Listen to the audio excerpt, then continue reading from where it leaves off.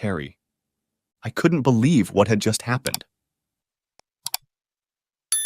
Helen, my wife of 24 years with me, had just left home to spend the weekend having fun with one of her partners, Ray Bland.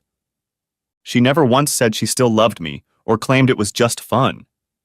She didn't even kiss me on the cheek when she left, just stroked my head like stroking a dog. Damn it. How much colder could she be? And what's next? I shuddered, contemplating my options. I suppose I should backtrack a bit and explain. We were each 22 years old when we got married 24 years ago. I had just finished my degree in information technology and was starting a new job. Helen continued her education and eventually earned her Juris Doctor degree. I supported her through those difficult years and did so gladly. She was my soulmate, the love of my life. And I knew that the support I gave her then would benefit us both in the long run. So I saved and saved and saved and did everything I could to make her life easier. She graduated and was hired at a prestigious law firm. Over the years, she developed a reputation as a tough lawyer who won most of the cases she worked on. She made more money than me, but I didn't care. I was proud of her accomplishments. We talked about kids and agreed to hold off so she could develop her career.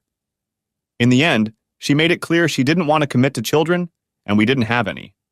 I guess we could be called dinks, dual income, no kids. I didn't even know what birth control she was using. How pathetic was that? Even if I had managed to get pregnant with her, I was sure she would have just terminated the pregnancy. Or maybe she wouldn't even tell me about it. Truth be told, deep down I resented her, but I tried my best to accept it and enjoy life. Although I would have loved to have a child to pass on my inheritance, I was glad we had no children now. Helen had always been the dominant partner in our marriage. That was fine with me, as I liked to put her needs before my own. It had worked well so far, as she had always respected me. Or at least seemed to. Recently, however, her attitude has changed. Perhaps it has to do with hormonal changes. Her appetite and desire had increased significantly over the past few months. I didn't mind, as I was the fortunate recipient of her increased libido. Last night, however, she dropped her bombshell. I'm going on a date with Ray Bland tomorrow night. Dinner, dancing, entertainment at the hotel. I'll be back to see you maybe Sunday, she told me without the slightest sense of guilt. She might as well have told me she was taking the car in for an oil change. What? Why? I asked dumbly. Aren't I enough? I've been enough all these years, right? Right, she agreed. But now I'm in that phase where no guy will ever be enough. You and I are still going to have fun. I just need new ones to get it out in the open. I knew it was pointless to argue with her. She had made up her mind and expected me to just agree to be her willing cuckold, like I had agreed to so many other things in the past. A cold emptiness formed in my chest where my heart should have been, and I shuddered at the thought of the pain to come. I didn't say anything, just showered and went back to bed, not bothering to kiss her goodnight. Nor did I say anything to her the next morning when we were getting ready for work. For the first time in 24 years, I didn't even kiss her goodbye or tell her I loved her. I'm not sure if that was even on her mind, but I didn't care. She was already dead to me. That day at work, I was practically a walking zombie. All I could think about was what Helen planned to do to me that night. I'd read enough stories online to know what to expect. Chastity cages, cleaning up after my lover, being forced to look at them in our marital bed. There was no way I was going to put up with all that crap. I also knew what could await me in the event of a divorce. In a nutshell, I would be the loser, and she would get the lion's share of everything. Screw it, I thought. There was no point in arguing with Helen either. I knew her well enough to realize that arguing would only cause her to dig herself even deeper into the ground. And there didn't seem to be any way to just run away. If she'd told me about her plan a month, hell, even a couple weeks ago, I could probably just clear the air, leave my ring, and walk away. Good people can get a job anywhere, and I knew I was good. But with such short notice, I felt completely trapped. There was only one way to handle this, I thought. Someone had to die. When I got home that evening, She didn't say anything and was just getting ready for her date for the weekend. While she showered and dressed, I pulled a .45 caliber M 1911 A1 pistol out of my briefcase and loaded it with a full magazine. My plan was simple. When Ray came to the door, I would shoot him. Hopefully, Helen would see it happen. I knew I would end up in jail, probably for the rest of my life, but I didn't care. But that didn't happen. When Ray pulled up to our driveway in his Maserati, he just honked. The cowardly bastard didn't even have the guts to come to the door. Helen patted me on the head like a dog on her way out. She didn't notice the loaded gun I had hidden under a pillow on the couch beside me. I didn't say anything, only growled as she walked out the door with her overnight bag. I truly hated myself then, but I recognized that even though what she was doing to us, I couldn't shoot her. And running out the door, spraying bullets into a receding car, seemed, I don't know, like a bad movie. When they left, I grabbed my laptop. I thought about our life together for a long time. Looking through my photo gallery, I remembered our vacations to Cancun and Paris, and the Caribbean cruise for our 10th anniversary. We both looked so happy in the photos. None of that meant anything to me now. Unlike Helen, I had no real support system, no family or friends I could count on in times of need. My sister died young, and my brother died during a stupid fraternity initiation. My father died a few years ago. Helen sent me to the funeral alone, saying she hated funerals and had 2 important things to do that couldn't wait. After my dad died, my mom's condition deteriorated rapidly, but she lived on her own until she died just 2 years ago. Before she died, I called her once a month and sent her cards at appropriate times, as I knew Helen wouldn't think twice about it. Mom took it hard when it became apparent that she would never have grandchildren to spoil. I ended up attending her funeral alone. Again. I also had a crazy uncle who moved to the Australian outback over a decade ago, and I never heard of him, although my mom occasionally brought him up in conversation. There were people I worked with and befriended, but there was no one I would call a close friend, someone I could confide in, have a drink with after work, play a game, or go fishing. I half-heartedly cursed myself for building my world around my goofy wife. I logged into our joint bank account and made some changes. Helen, like me, had her own account. We'd made that arrangement when we first got married, and she had her own credit card. Then I went to her law firm's website. I sent a letter to every address I could find on the firm's website, including her managing partner, explaining what she and Ray had done.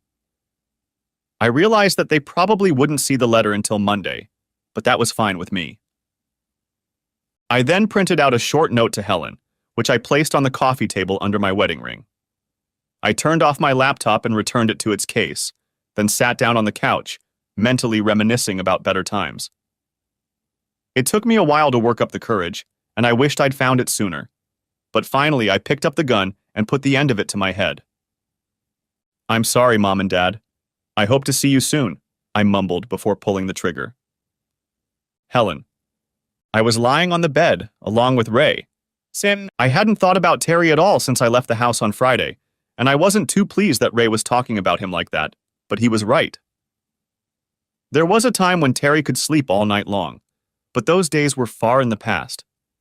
Sure, Terry had always been warm and loving, but sometimes a girl just needs to be entertained, I thought smugly. To be honest, I didn't think about him at all this weekend, I said.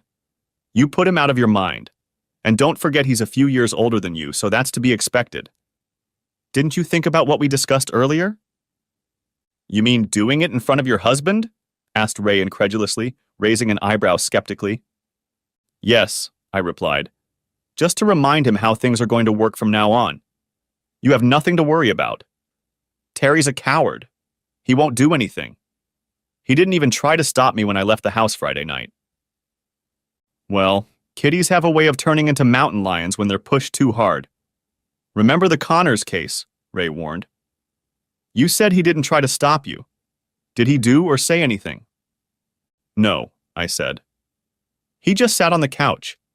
In fact, he hasn't said anything at all since I told him about it Thursday night, I added dismissively. Did he call or text you?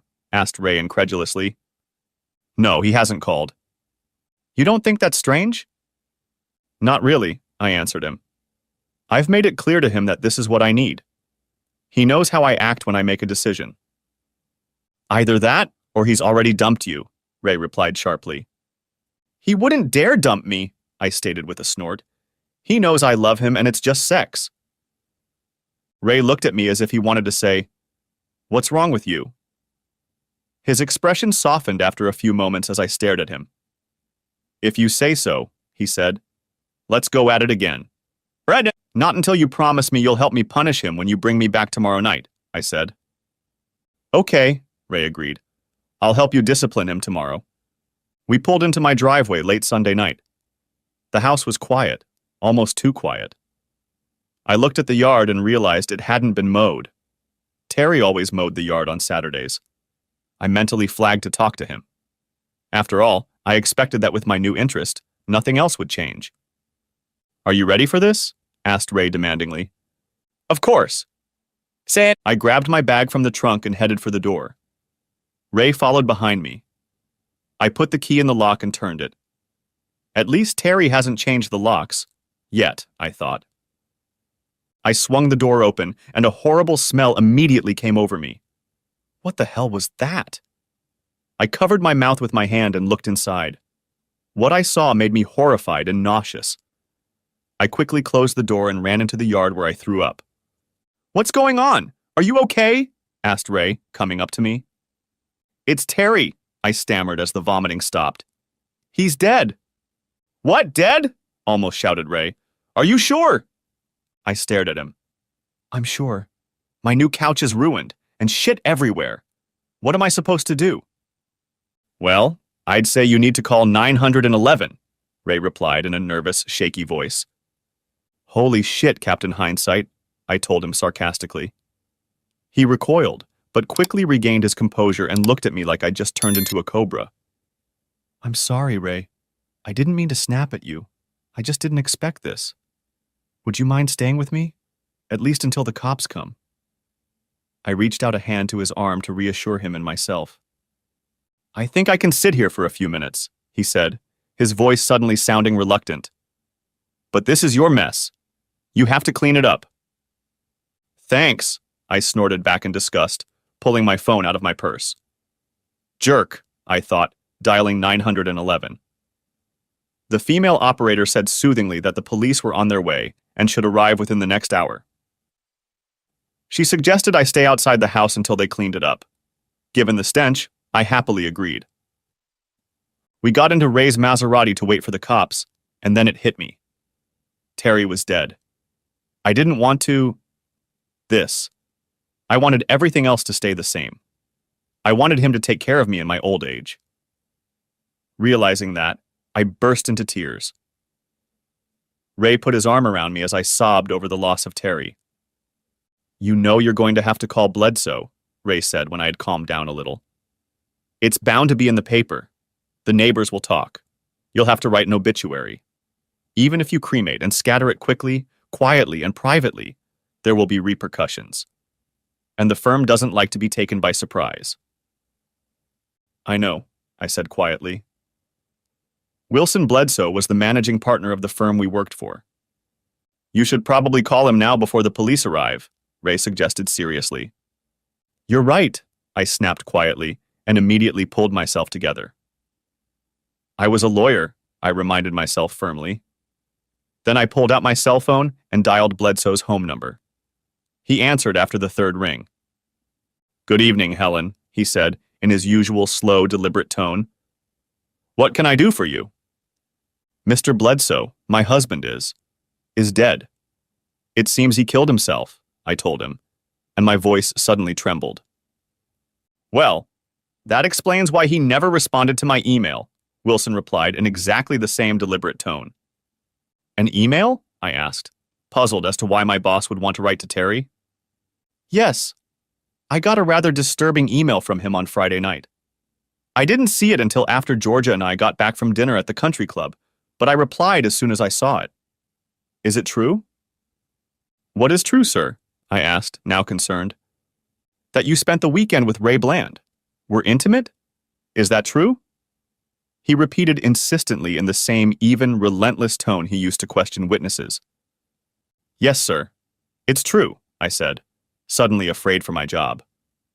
There was a morals clause in the firm's employee handbook, and I knew I could be fired for what I had done.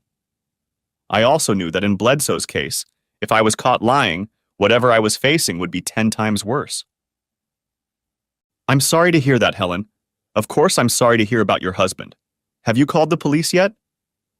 Yes, sir, already, I replied.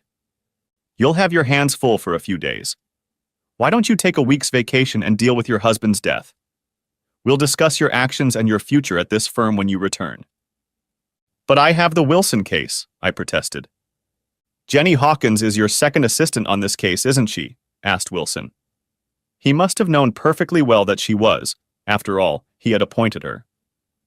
Yes, sir, she is, I said, feeling my hand go numb and the phone begin to shake. Jenny is a competent attorney. I'll have her file a continuance so she can get up to speed. You, on the other hand, need to concentrate on your husband's final preparations. But I have to say, Helen, I'm very disappointed in you. I understand, sir, I said, swallowing nervously. Is Mr. Bland with you now? Asked Wilson. His tone hadn't changed throughout the conversation, and he was as devoid of emotion as a coroner pointing out a bullet hole in an autopsy. Yes, sir, that's him, I replied. Would you be kind enough to inform him to report to my office first thing in the morning, please? Wilson ordered. The tone was definitely commanding with a strong undertone of, don't even think of disobeying. Yes, sir, I'll tell him, I said. Thank you.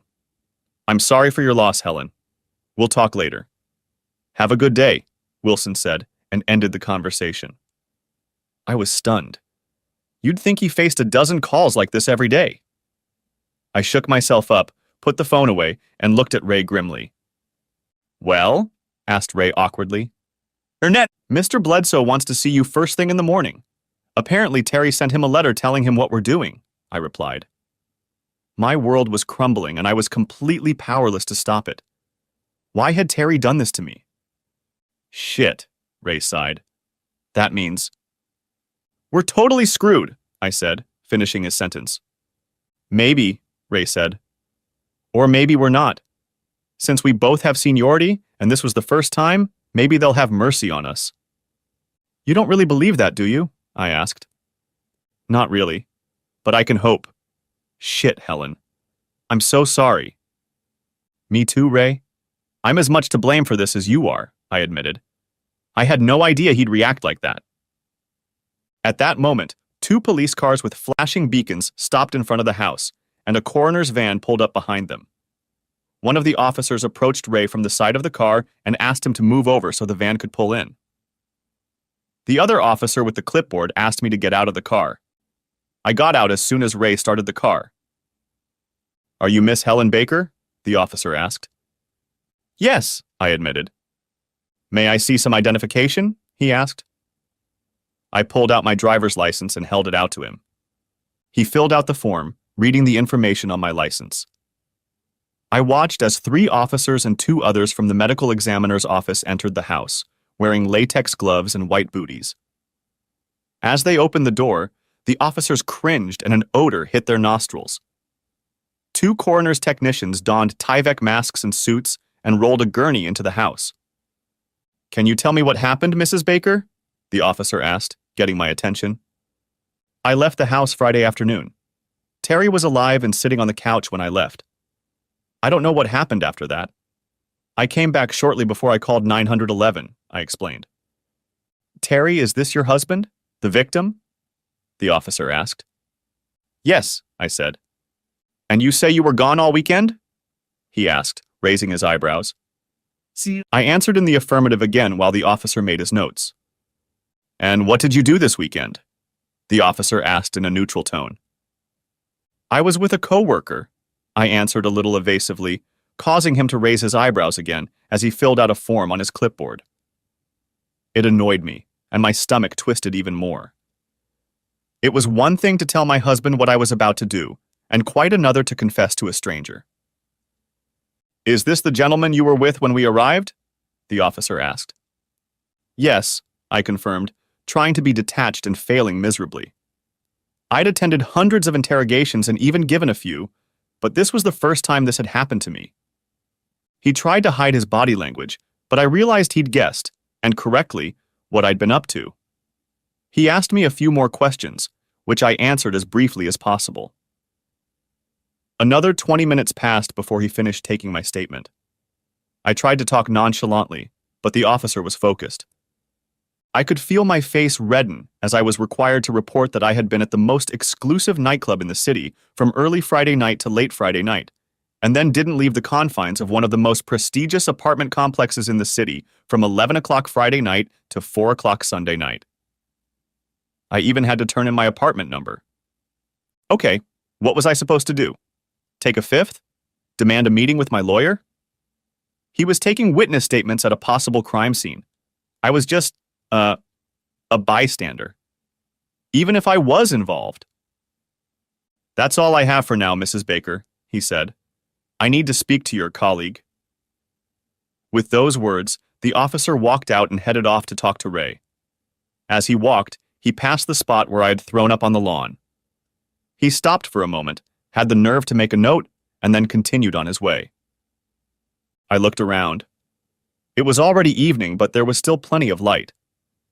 I could see neighbors in the windows, looking out with curiosity at what was going on. Some of them even came out to their front porches and gawked at what was going on. Damn it. Did all of this really have to be so public? Maybe I should have entertained Ray a few more times and come back after dark. A few minutes later, I saw the technicians from the medical examiner's office come out of the house with a gurney carrying Terry's body in a closed bag. I shuddered, but for some reason I couldn't look away. They put the gurney in the back of their van, closed the door, and removed their white suits. Carefully folding the suits into a plastic bag, they got into the van and drove off. The officers got out after them, and a man in sergeant's stripes headed toward me, carrying 2 plastic bags. Mrs. Baker, I'm Sergeant Smith, he said. We found this weapon next to your husband's body. Did you know he had this gun? He asked, holding up the bag that contained Terry's gun. Yes, I knew, I replied. It was a gift from his grandfather. He's had it for years. I felt myself shivering a little, more than a little. Before, it was just a piece of metal that I hadn't seen or remembered. Now my gut saw it as a deadly weapon.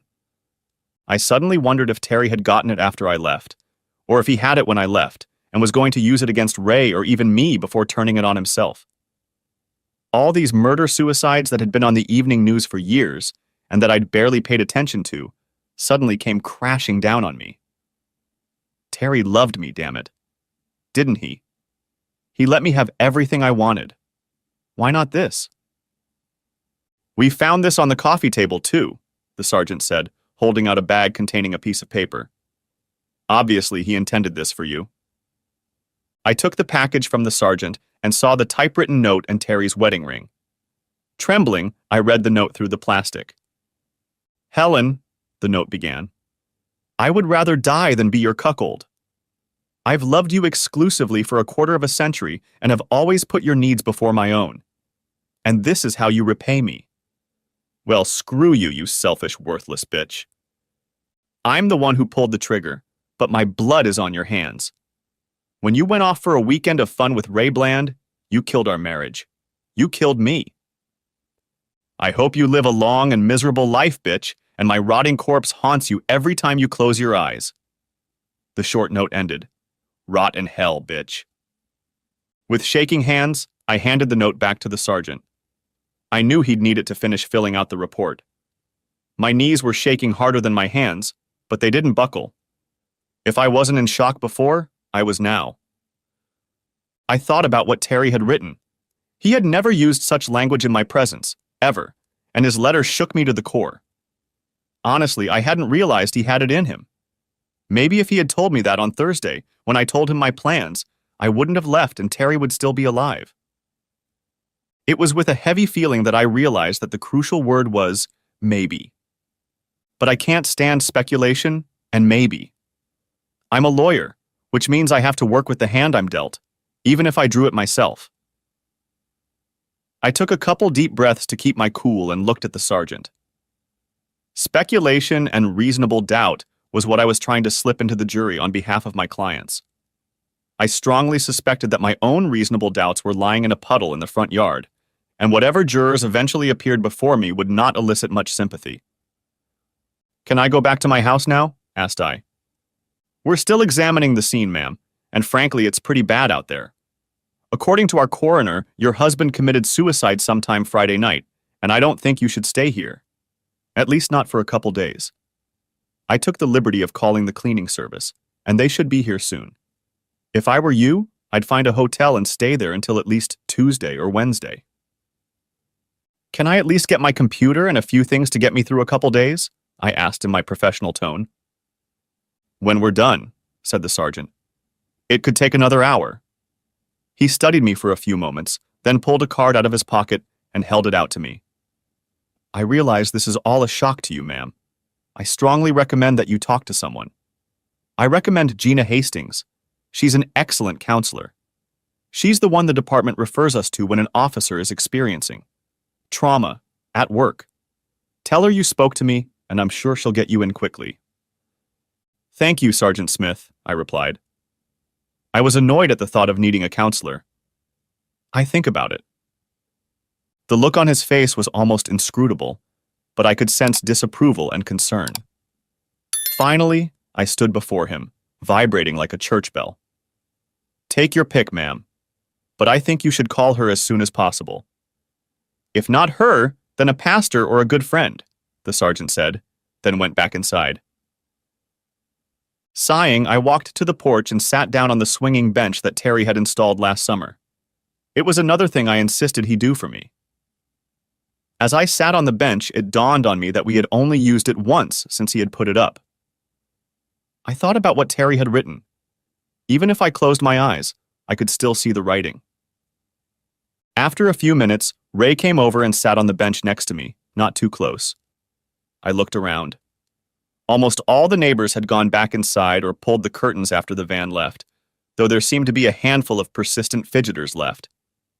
"What did they want?" I asked uncertainly. "They wanted to know how we spent the weekend," Ray replied with a sigh. "You told them everything?" I glanced at him, too stunned to summon up anger. "Almost everything. I didn't tell them every last detail, just the Reader's Digest version," Ray said, clearly no pun intended. "What did that sergeant want?" "Terry wrote a suicide note," I told him blankly. "Crying about how much he loved you and couldn't live without you?" asked Ray sarcastically. "No. He said what he should have said to me Thursday night. Called me a bitch and said his blood is on my hands. And you know what?" "What?" asked Ray. "He's right. I'm a selfish bitch, and his death is on my conscience. You can't blame yourself.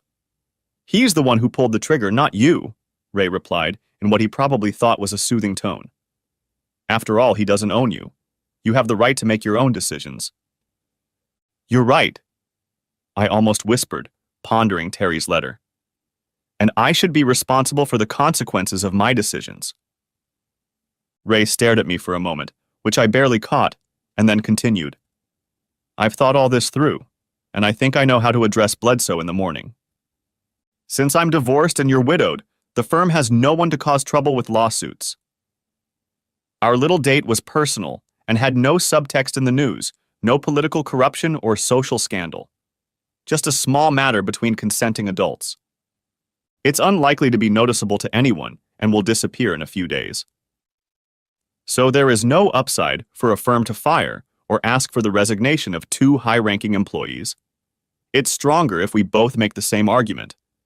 I'll call you tomorrow after the meeting and let you know so we can coordinate efforts." I looked at him. Terry was nothing more than a splash. The man who I now realized, albeit too late, treated me like a queen was a splash? The man I had treated as a serf was now demoted to even a slip? Ray was anxious to save his career and his job, and had no idea that I was now desperately trying to save my sanity. For a few moments I pondered his words. Technically, I knew he was right. There was no political corruption or social scandal. but I also knew that Bledsoe was firmly committed to the firm's code of conduct, especially as it pertained to employee relations. "Let me know what Bledsoe has to say," I finally managed to say. "I will." "Are you going to be okay?" asked Ray. "I'll be fine," I replied. Truth be told, I doubted I'd ever be okay again, but I was determined not to let Ray know that. "Call me if you need anything," Ray said before walking away. "Yeah, okay," I mumbled as he walked away. Shortly after Ray left, an unmarked white van pulled into the driveway. A young man with shoulder-length blonde hair got out of it and walked up to the porch. "Is this the Baker house?" he asked. "Yes," I confirmed. "And who are you?" "Jack Harrison. Harrison Cleaning Services." "I've been told there's been an incident," he replied professionally, holding out a business card to me. "Yes," I said quietly. "The police are still inside." "Great. Thanks," he nodded. I watched as he put on his mask, boots, and gloves, then went inside. Jack and the police officers came out a few minutes later. Sergeant Smith walked over to me as the others went to their cars. "We're done, Mrs. Baker," he said. "Here's my card. The case number is on the back. I'll have a report ready in a day or two. If you have any questions, please call me." "Thank you. Can I get my stuff now?" I asked. "Of course, but you might want to put on a mask and booties before you go inside," said the sergeant. "Mr. Harrison has some he can let you use." "Thank you," I said, taking his card. I put it in my purse as Jack walked up with a pair of boots and a fresh mask. The officers left while I put on the mask and boots. Jack opened a small jar of mentholatum. "Might want to put some of that on your nose. It's still pretty bad up there," he advised. I followed his instructions and went into the house. The ointment helped, but I could still smell the foul odor. I inspected the mess on the large sectional sofa and realized I would have to replace it. I had spent over $6,000 on this couch, and it wasn't even 8 months old. Then I looked at the abstract painting that just had to hang above the couch. It was an abstract painting that had cost me over $2,000. It was now completely ruined, and Terry's blood and brain matter splattered it. The carpet in front of the couch was soaked with blood and other fluids that made me shudder. "I can get it all off the carpet. Hopefully the subfloor underneath isn't soaked too badly. I don't know if I'll be able to recover the couch." "I'll do my best," Jack assured me. "Please do," I said quietly. "How long will you be here?" "It will probably take me most of the night to get everything done. Can I call or leave a message when I leave?" "Yes," I said, handing him one of my cards with my cell phone number on it. "Just lock up when you leave, please." I felt like I was taking a risk leaving this man here alone, but I needed to get out. Besides, he was licensed and insured. It said so on his card, and I could always sue him if something went missing. "Yes, ma'am," he replied politely, taking my card and slipping it into his overalls pocket. I went upstairs, packed my things for 3 days, grabbed my laptop bag, and quickly left the house before my stomach rebelled again. Jack was already hard at work in the front room. I told him I was leaving, and he waved as I walked toward the garage through the kitchen. I pulled up to the Holiday Inn Express, a hotel not far from our house, and went inside, hoping they had a room available. Luckily, the room was found, and I handed the clerk my ATM card. A few minutes later, she returned, frowning slightly. "I'm sorry, ma'am, but this card has been declined," she said, holding the card back out to me. "What?" I asked, shocked. "We always had enough in our joint account to pay at least 6 months' worth of bills." "We'll have to find out," I thought, grabbing my credit card, the balance of which I knew was more than enough to pay for the room. The card worked, and I went up to the room. I was angry that our ATM card didn't work, and I was determined to get to the bottom of it. The first thing I did was turn on my laptop and logged into our joint account. If Terry were alive, I'd kill him myself, I thought. When our account opened, I saw a warning that the account balance was low. I almost lost my senses when I saw the balance. $24. What the hell had Terry done? Digging deeper, I saw that he had donated all but $24 to children's charities, including a local church orphanage. I'm sure this was his way of letting me know that he wasn't happy about my decision not to have children. But why was it necessary to leave $24 out of the thousands we had in our account? My biggest concern was covering the bills we had to pay this month.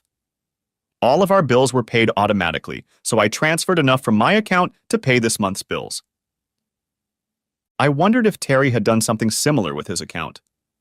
I didn't have the credentials to log into his online banking, so I made a note to stop by the bank tomorrow. By this point, I was exhausted both mentally and physically. Plus, I was hungry since I hadn't eaten anything since lunch, so I stopped at the nearest fast food restaurant and ate a greasy hamburger, which didn't go down too well on my already queasy stomach. Back in my room, I showered and got ready for bed. I was so tired that I fell asleep as soon as I laid my head on the pillow. Well, well, well, I see you finally decided to get your lecherous ass back in the house, said a male voice. I looked around, but saw nothing but a thick, dark fog. I realized I was dreaming, and the voice sounded like Terry's. Only it wasn't the quiet, soft Terry I knew. There was some sharpness in that voice. Terry, is that you? I asked uncertainly. I can't see you. Can you come out so I can see you, please? Sure, a male voice replied. I saw a shadowy figure step forward. I almost threw up when I saw him. Half of his head was missing. As he walked towards me, shards of bone fell away from his skull, and I could see what was left of his brain. I was horrified and took a step back. Then I shook myself up. This had to be a nightmare. This had to be it. No, this isn't real. You're not real. You're just an undigestible piece of that nasty, fatty hamburger I stuffed inside me before I went to bed. You've got more fat than blood in you, I declared with far more courage than I actually had. His eyes flashed red, and he headed toward me. First, the smell reached me, then the blazing eyes practically blinded me, and then a primal scream made me jump back and fall to one knee with my hands above my head. Good. Okay, I repeated frantically. This is real. You're real. You better believe it. You pathetic excuse for a wife, he growled dangerously. Terry, I started, but he held up a hand to silence me. Shut up, bitch. This is all on your conscience. What do you think? He asked, turning his head so I could see the exit wound on the left side of his head. Not much different than that $2,000 piece of shit you just had to put over the couch. I thought you liked that painting, I objected weakly, a little discouraged by the venom in his tone. I hated her. But she made you happy, and that's all that mattered to me at the time. Besides, I figured you'd get sick of it after a year or two. Just like you obviously got bored with me. So was having fun with Ray Bland worth what it cost you? I lowered my eyes in embarrassment, but didn't say anything. While I hated to lose Terry over it, the truth was that it was the best entertainment I'd experienced in a long time. You don't need to say anything. Your innermost thoughts are perfectly transparent here, Helen, Terry said gloatingly. I felt my face burning and tried to look away from him, but it didn't help.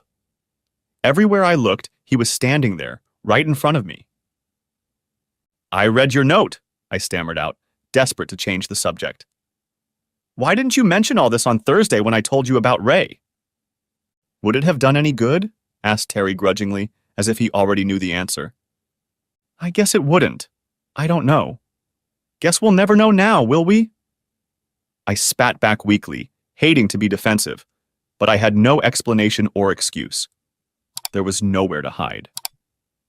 I think we both know the answer to that question, Terry snorted wryly. What did you do with our money? I asked, trying desperately to change the subject. At the thought of being robbed of my legitimate money, my anger began to rise. Bills still need to be paid. You're a smart woman. You'll figure it out on your own, he replied dismissively, shrugging his blood-spattered shoulders. I already know you gave everything to children's charities. Why? I asked, my anger building faster than my fear. What do you care? You denied me children even though you knew how much I wanted a child when we got married. I decided he should be where he could be put to good use. If I can't pass it on to my own child, I decided that other children should enjoy the fruits of my years of labor, at least the one you haven't spent yet. But what about me? You know how I feel about having children, I protested, becoming furious. Yes, I do. After we've been married for a few years, you made it clear that you didn't want to be burdened with a career and a baby. You didn't want to lose your figure.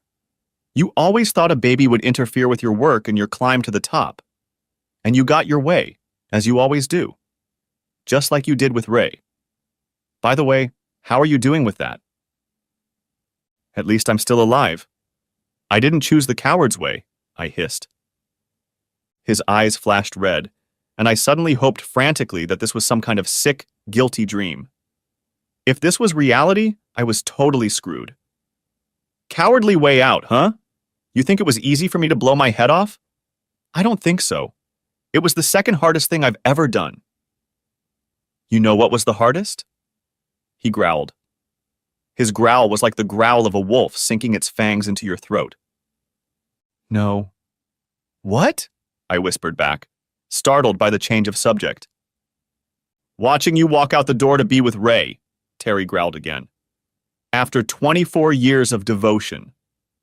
The tone of his voice was far scarier than the sight of his mangled body. I told you it was just one weekend. I told you I loved you. You knew I'd come back, I said in desperation. Yeah, that's exactly what you said on Thursday. Do you remember what you were doing right before you left? No, not really, I said. What? You patted me on head, like a damn dog. You obviously thought I'd agree to be your willing cuckold. Okay. I don't remember that, but I'm pretty sure I meant love, I protested. Terry suppressed a blood-chilling chuckle before continuing. Yeah, that's right. You expect me to believe that shit? It's true. I didn't want to hurt you. It would have just been one weekend, and then we'd have the rest of our lives together. We would have gotten through it, I insisted. Do you really think that after that weekend I would want to touch you again? Knowing what you did? And probably would do it again when the itch came back? You're just delusional. I told you I'd rather die than be your willing cuckold. And don't lie to me. I know that's exactly what you meant. How do you know that? I asked. Remember, your thoughts are transparent here. Look, he added, pointing to something to his right. I couldn't help myself. My eyes followed his gesture. Out of nowhere, a cloud of swirling silvery mist appeared, which then turned into a large silvery disk. I felt a cold, terrifying ripple run through my mind and my soul, and I groaned. An image appeared on the disk, like a window into another reality. For a moment, I thought I was watching some cheap movie, but in a flash of horror, I recognized my wife and Ray. Good God, was this really how I saw Terry when I thought about it? There was a gurgle of agonizing disgust right behind my left ear, and I didn't dare turn around to look as I realized that, like icy claws tearing at me, what was left of my husband was standing right behind me. I cried out weakly in pure, distilled, petrified fear and tried desperately to deny what I was up to, mentally chasing it away. Unfortunately, the next revelation was even worse. I was the undisputed star of this particular show. That didn't happen, I protested hoarsely. No, but you and Ray talked about it, planned it, Terry said. You may well have done it. What excuse were you going to give me? Were you going to say it was only going to be a one-time thing? I looked at Terry, shocked. How could he possibly know about this? Yes, Ray and I had discussed it, but we hadn't made any firm plans. Really? But none of that happened, I insisted. It doesn't matter. Here where I am, thinking and talking about something is the same as doing it, Terry replied. And what is it exactly? Heaven? I asked with a dismissive smirk. This? Asked Terry, looking around the place where we were standing. I don't think so. And before you ask, it's not another place. It's just a meeting place between your reality and mine, Terry explained. At that moment, I heard a loud zing, and a red light began to shine through the fog. What was that? I asked. Our time has come to an end. I have to get back, said Terry. Don't worry, we'll talk again, I'm sure. Wait, I have a question, I pleaded. Just one? Sarcastically retorted Terry. For now. Why did you leave $24 in the account? You're a smart woman, counselor. You'll figure it out for yourself, Terry hissed. See ya, he added, and turned his back to me. I sat up in bed, my body covered in sweat. Sunlight streamed into the hotel room, and I glanced at the clock. 8:30 in the morning. Damn it. I knew I'd fallen asleep last night, but I felt like I'd just finished a marathon. Exhausted, I walked into the small bathroom and did my business, then looked at myself in the mirror. There were dark bags hanging under my bloodshot eyes, and my face looked even more wrinkled than before. I'm only 46 years old, but the face in the mirror looked at least 10 years older. I remembered Terry telling me many times that I looked 10 years younger than my years, and sighed heavily. I had a full day ahead of me, so I showered and then dressed in my usual jeans and a simple blouse. After checking myself one last time, I went downstairs to get some breakfast and a much-needed cup of coffee. Today was the first day of my entire screwed-up life. At the time, I didn't know how screwed up it would be yet. Chapter 2. I walked into the small dining room and picked up the morning paper. I was eerily curious to see if there were any reports of Terry's suicide. After getting a light breakfast and a cup of coffee, I sat down in a corner, away from prying eyes, and opened the paper. There was a small notice on page 2 about Terry Baker apparently shooting himself and surviving, but my name wasn't mentioned, which made me feel a little better. The last thing I needed was unwanted attention from well-wishers. I finished my breakfast and walked to my car. As I got in my car, I heard my phone ring, pulled it out of my purse, and saw that it was a call from Ray. I remembered that Wilson Bledsoe wanted to meet him early this morning, so I answered the phone. Hey, Ray, I said. How'd it go? About as well as I expected, Ray replied in a resigned tone. They put me on administrative leave while they investigate and determine my fate. You know they have policies and procedures for this kind of thing that they have to follow. But things aren't looking good. When will you know the outcome? I asked. Sometime in the next 2 weeks, Ray said. But I'm not going to sit on my laurels. I'm going to probe the candidates. We'll see what happens. How are you holding up? He added as if by the way. I'll be fine, I replied bravely, not wanting to tell him about the disturbing nightmare of last night that still haunted me. Just then another thought hit me. By the way, does anyone else in the office know? Only anyone with an internal email address, Ray replied annoyingly. Looks like your kitty husband told everyone. Shit, I sighed, seeing my career and reputation go down the toilet. Anyway, there's no point in hiding it now. Do you want to meet for lunch or something? He asked with a slight hopefulness. I stared at my phone for a moment. It was like I was reading his mind. He was on vacation and had nothing to do but look for a job and have some more fun. Hell, I just turned my life around. Finally, I broke the tense silence. I have a lot to do today, so I don't think I'll have time. Besides, I don't think that would be wise under the circumstances, do you? I asked back, a little sharply. You're probably right. I'd better let you go. Call me if you need anything, Ray said. We ended the conversation, and I checked my messages out of curiosity. I saw a message from Jack letting me know he was leaving the house. The message was sent at 5:30 a.m., meaning he had been there all night. I saw another message from my older sister Janice. I saw the paper this morning. Is that your Terry who killed himself? Yes, I texted back. I'll call and explain later, I added before sending the message. Janice was 2 years older than me, and while we'd always gotten along well, she tended to play the role of mother hen. Truth be told, I just didn't want to fight with her at the moment. I drove up to the house and parked in the garage. As I walked through the door leading into the kitchen, I noticed that the bad smell of Terry's blood and other bodily fluids was gone, but it had been replaced by the almost overpowering odor of pungent cleaning products. I avoided taking deep breaths for fear that the air would dry out my lungs. Walking to the front room, I was surprised to see that the couch looked almost new. It would have saved me from having to replace the $6,000 couch, but I swore I would never sit on it again. For a moment, I was angry at Terry for not killing himself in his chair. I also turned my attention to the painting above the couch and was pleased to see that Jack had managed to save it as well. Satisfied that Jack had done a good job of cleaning and restoring the living room, I went upstairs to the room we used as our home office. I went through our files and grabbed what I needed. A folder with Terry's bank information, another folder with our wills and other legal documents, and a folder with our mortgage insurance policy all went into my briefcase. I couldn't help but notice how quiet the place was without him. It seemed too quiet to me.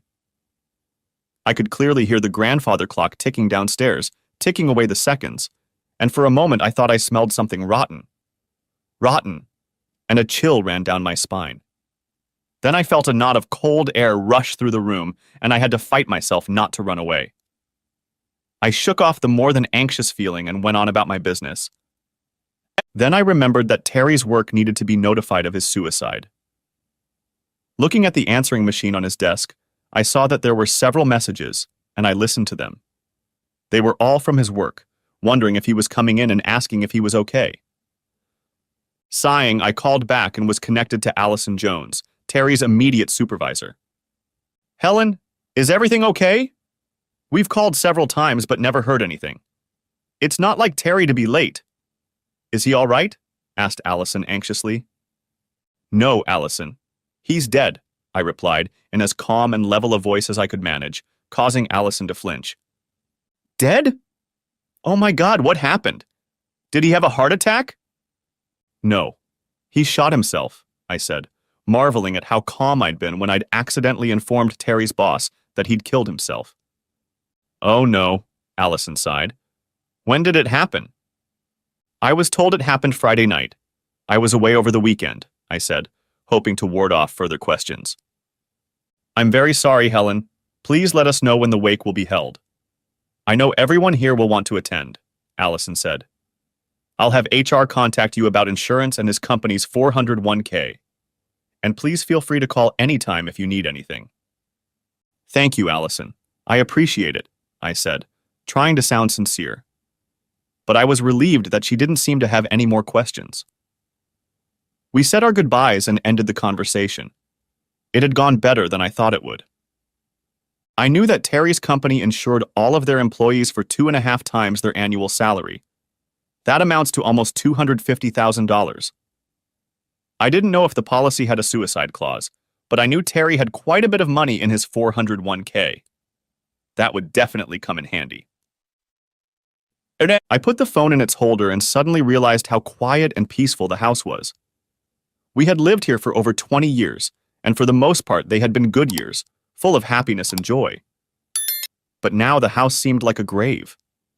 Looking around, I saw Terry everywhere, remembering our life together. At least it was only memories, not his mangled ghost. A chill ran down my spine.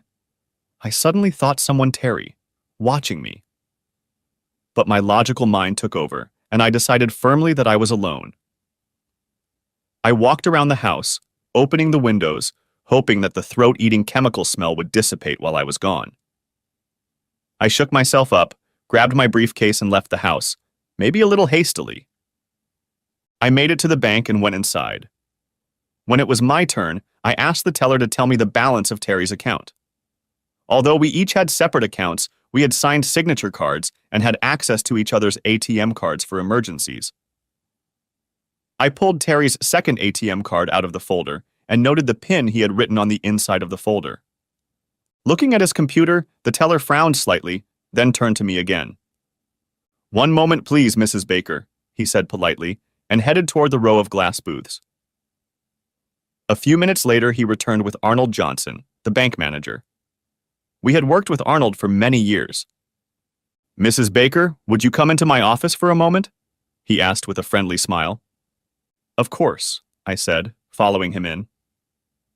I took the seat he pointed to and watched as he sat on the other side of his massive dark wood desk, studying something on his computer.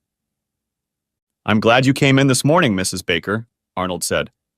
"I was planning on calling you later today." "Oh," I asked, feeling curiosity and concern in equal parts. "Why?" Our system flagged a lot of transactions over the weekend from two of your accounts. I wanted to make sure you were aware of them, Arnold said. I know my husband made several charitable donations on Friday, I said. He made those donations without consulting me. I was hoping they could be stopped and canceled before they went public. I also wanted to see what activity was going on in his account. Arnold's eyebrows rose at that. He looked at the monitor before answering. I'm afraid that's not possible, Mrs. Baker. It looks like he made the donations right before the deadline on Friday, so almost all of them have already come in. I need that money, I pleaded. Is there any way to get it back? I suppose you could contact them and explain the circumstances. They might release the money. But there are no guarantees, Arnold explained almost apologetically. I can give you a printout of all the recipients. He looked at the screen again. It's going to be a pretty long list. I've weighed the pros and cons very seriously. A simple appeal would probably not allow for a refund. I suppose I could always sue them, but with all these charities, I'll probably end up paying more in legal fees and court costs than I'll get. Plus, my reputation would suffer even more. I had an empty, sinking feeling, and I could almost see the headlines. Greedy lawyer sued to deprive needy children of food and shelter. I could also envision the jury deliberating the case. So we have a whore whose adultery caused her husband to kill himself. Now she wants to starve orphans and make them homeless. I say we give her the middle finger. I'll be lucky if they don't vote to tar and feather me in public. If nothing else, you'll have a hell of a tax deduction, Arnold said, in a vain attempt to lighten the atmosphere. I stared at him dumbly, slightly puzzled by his attempt at humor. After a few awkward moments, he cleared his throat and hastily looked away. What about Terry's account? I asked, trying to change the subject.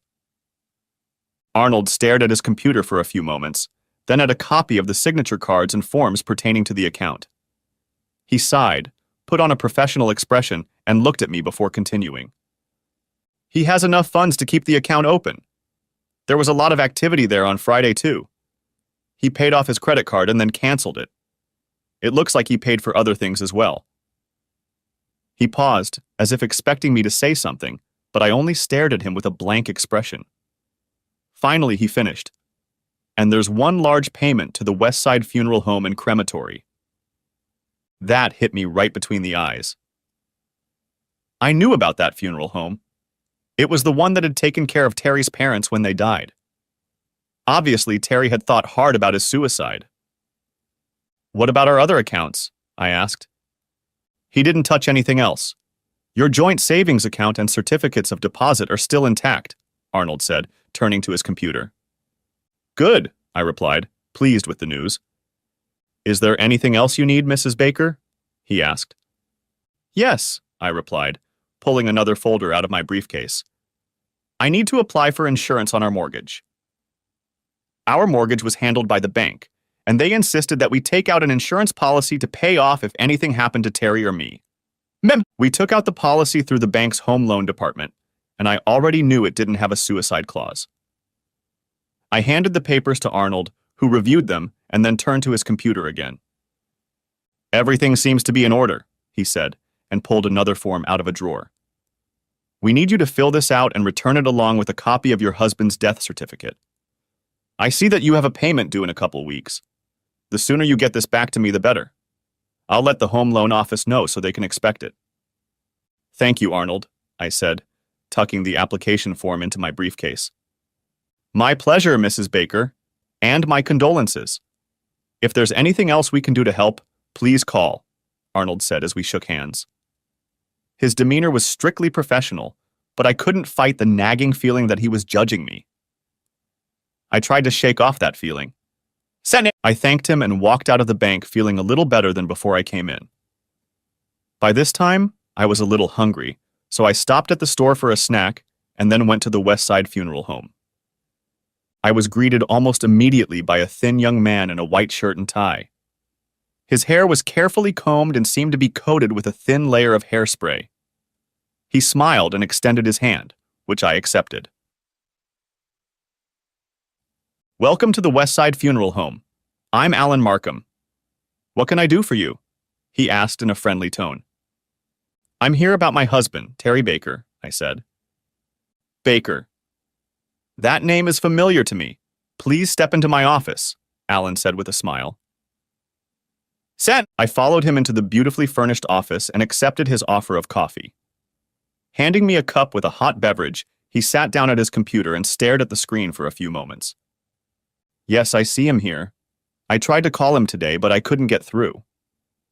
That's because he's dead, I managed to say quietly. I understand, Alan said slowly and quietly. I'm sorry to hear that. When did this happen? Friday, I said, deciding not to tell more than I needed to. According to this, he ordered a basic cremation service and paid for it in full. Friday. It's not unusual for clients to pay for funerals in advance, but it is unusual for them to pay so soon before they need our services, Alan commented calmly. Was he terminally ill? No, I replied, again refusing to tell more than I needed to. There was a pause before he replied, looking at the screen rather than at me. Then it looks like we need to make final arrangements. Do you have his death certificate? No, not yet, I replied.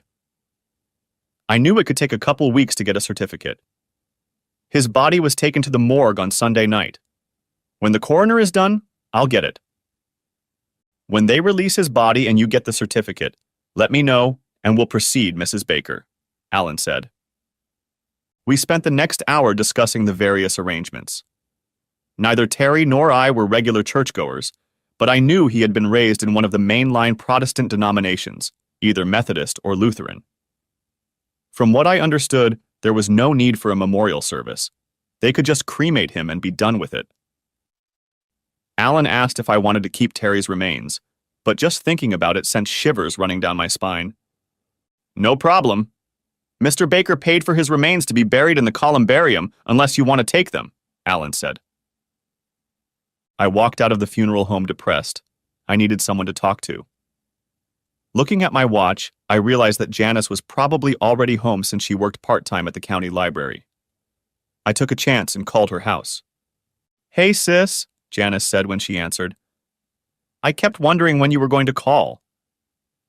I've been a little busy this morning, I answered. I didn't realize there would be so many details.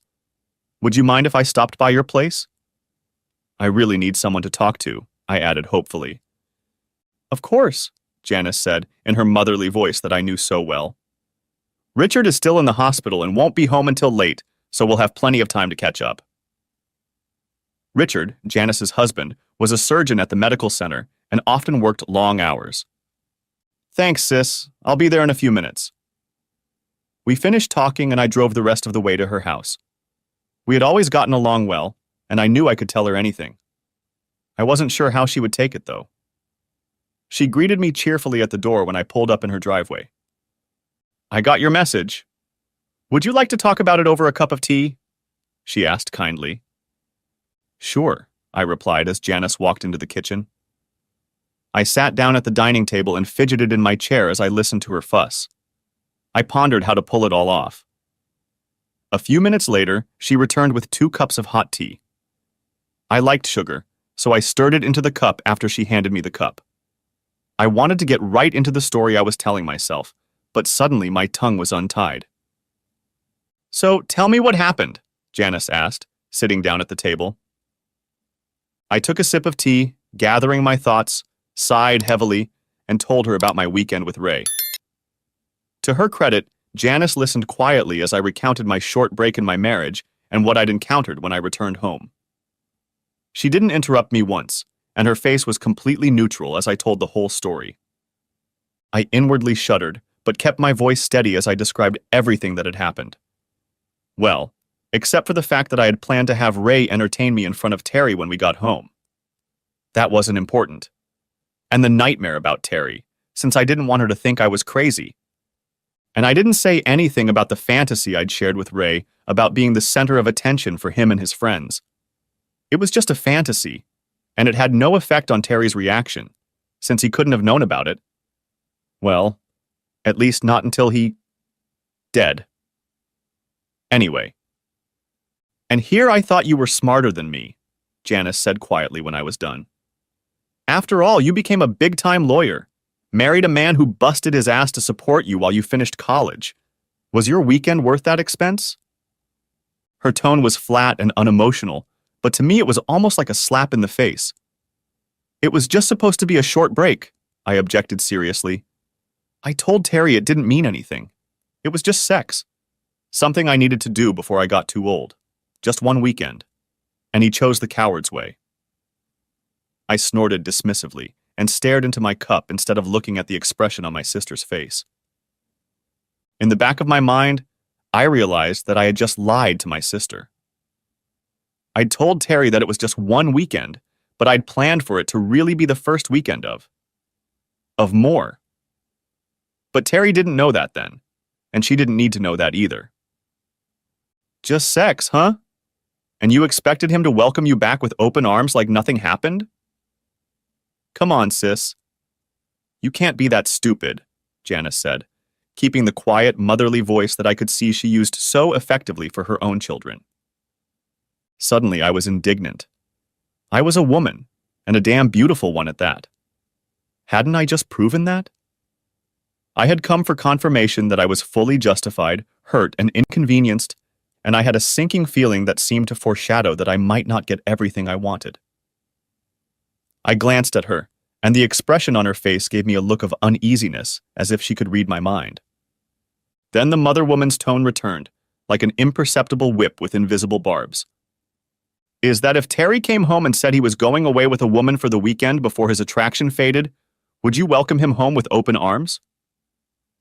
I had never thought of that, and certainly never expected such an attack from my own sister. So I reflexively replied, First of all, Terry would never cheat on me. He wasn't that kind of person. Second, I would have destroyed him in the divorce, and he knew it. Even as I spoke, I realized how that sounded. I had just admitted to being exactly that kind of woman. If I was in a courtroom and stuck my foot in so deep, I'd call a recess. Janice didn't even blink, and I realized that she knew me so well that she expected me to react this way. I see. So you're allowed to play and he's not, right? Janice asked, still in mother woman mode. Of course not, I protested, losing my balance. He had no reason to need more variety when he had me.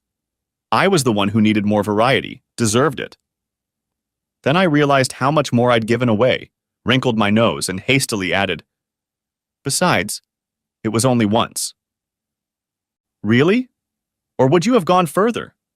Would you have made Terry watch or settle for sloppy seconds? Would you have brought home different men? My sister asked. I stared at her with my mouth open. This coming from my calm, traditional, older sister? It was disorienting. What? You think I don't know about these things because I work part-time at the library? Did you do anything like that with Richard? I asked, shocked. Of course I haven't. I love and respect Richard too much to do something like that. But I know others who have done that. Her hint was obvious. That I no longer respected Terry was obvious, or I would never have done what I did. D's. And what did their husbands do? I asked, curiously awaiting her answer. Most of them divorced their wives, Janice said, taking a quiet sip of tea, and then continued in the same tone. Of course, some went even further and exposed their wives to relatives and friends, emptying the family accounts. Burning them. And you still haven't answered my question. Was having fun with this Ray Bland worth jeopardizing 24 years of marriage? It was suddenly as if someone had hit me over the head with one of those old commercials, and I realized the meaning of the $24 Terry had left in our joint account $1 for each year we'd been married. Damn. Janice must have noticed my sudden change in facial expression. What's the matter? She asked, raising her eyebrows.